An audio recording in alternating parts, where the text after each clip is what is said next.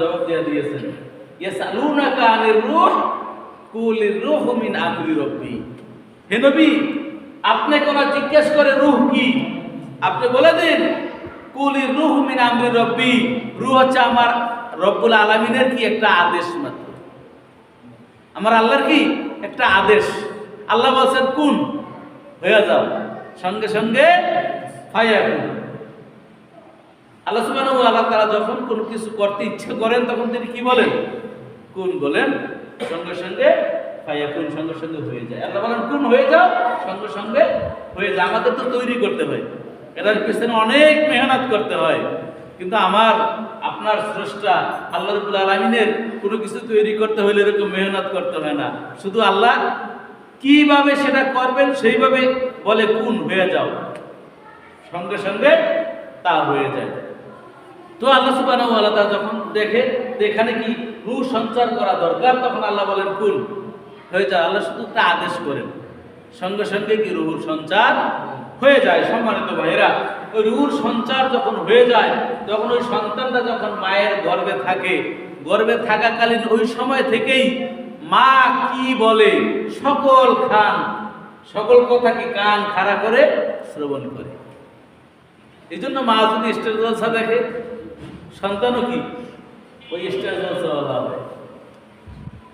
মা যদি ওয়ালের ভিতরে 42 ইঞ্চি টিভি, গর্ভে বাচ্চা লইয়া লইয়া কি করতেছে, টিভি দেখে, সন্তান ওই টিভির পাগলই হবে। আর গর্ভ অবস্থায় সন্তানকে রেখে যদি মা কোরআন তেলাওয়াত করে, সন্তান কোরআন তেলাওয়াতওয়ালা হবে। আমার ভাইরা, আব্দুল কাদের জিলানী রাহমাতুল্লাহি আলাইহির মা 18 পারার হাফেজা ছিলেন।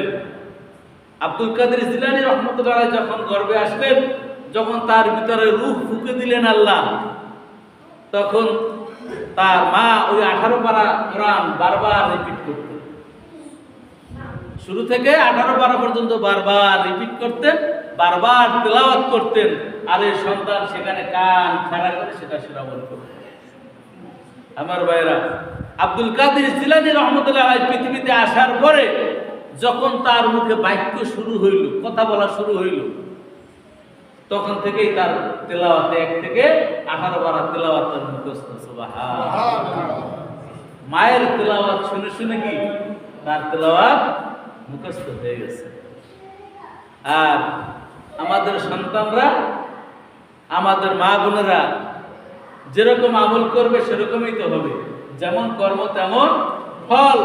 গাছ লাগাবো তেঁতুল গাছ, চাই কি আঙ্গুর ফল, কি বলেন সম্ভব?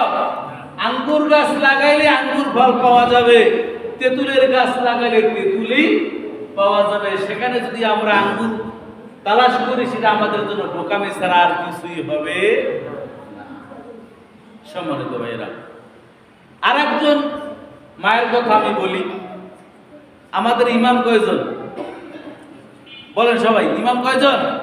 4 জন না? 4 ইমামের একজন ইমাম আমরা অনুসরণ করি। কোন ইমামের? ইমামে আযম আবু হানিফা রাহমাতুল্লাহি আলাইহি।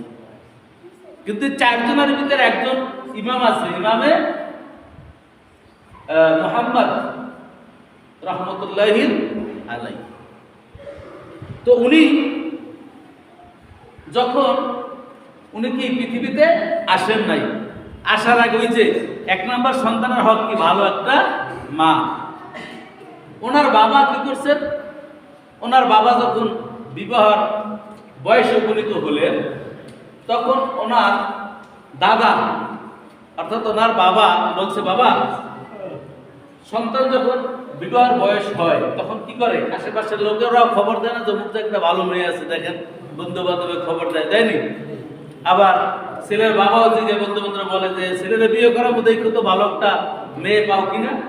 তো এরকম খোঁজ খবর চলতেছে। এর ভিতরে ছেলের বাবাকে একজনে বলছে, অমুক গ্রামে একটা মেয়ে আছে, খুব ভালো, দিনদার, পরহেজগার, মুত্তাকি, তুমি তোমার ছেলের জন্য তাকে কি বিবাহ করাইতে পারো। তো উনি কি করলো, সন্তানের জন্য ওনার পরিবার সহ তারা গিয়ে দেখে আসছে।